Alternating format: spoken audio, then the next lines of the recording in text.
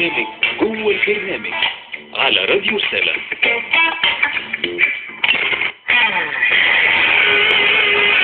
مكملين معاكم برنامج جوه البرنامج مع محمود صلاح ومحمد يحيى، ورقمنا 010-694-66. منورنا الشاعر اسلام الخطيب. خلاص ما بقاش وقت كتير معانا، فعايزين نسمع منك بقى اخر قصيدة.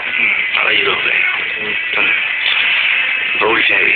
أؤيد وأبايع كل الطبقات المقهورة، كل الشعراء المغمورة، كل اللي حقوقهم منسية، اللي مش باينين في الصورة، كل مصلح، كل بنا، كل واحد بيتمنى الحياة تفضل بخيرها، تبقى حلوة وتبقى جنة.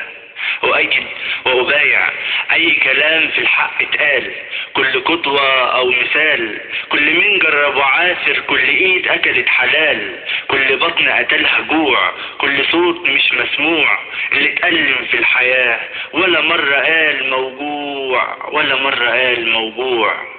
الدموع يوم الفراق، الحنين والاشتياق، كل من تعب وخبى ثم فجأة قام وفاق. الندم قبل الرحيل، قبل اي جراح وويل، قبل خوف يملى القلوب او وجع ملهوش بديل. أؤيد وأبايع كل ذكرى في الطفولة، لما كنت في سنة اولى، لهفتي المصروف ايديا وفرحتي الغير معقولة.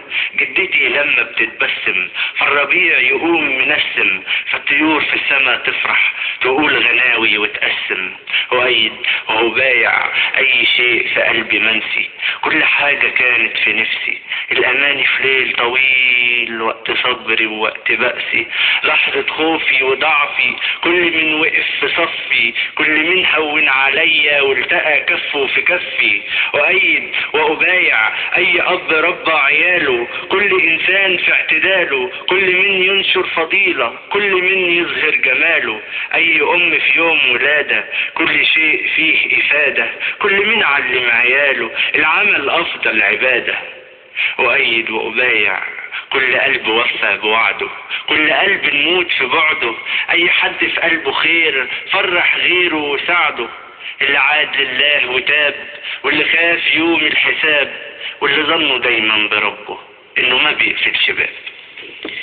برافو عليك بجد، فعلا حلوة جدا ما شاء الله. دي كتبتها عشان الانتخابات صح؟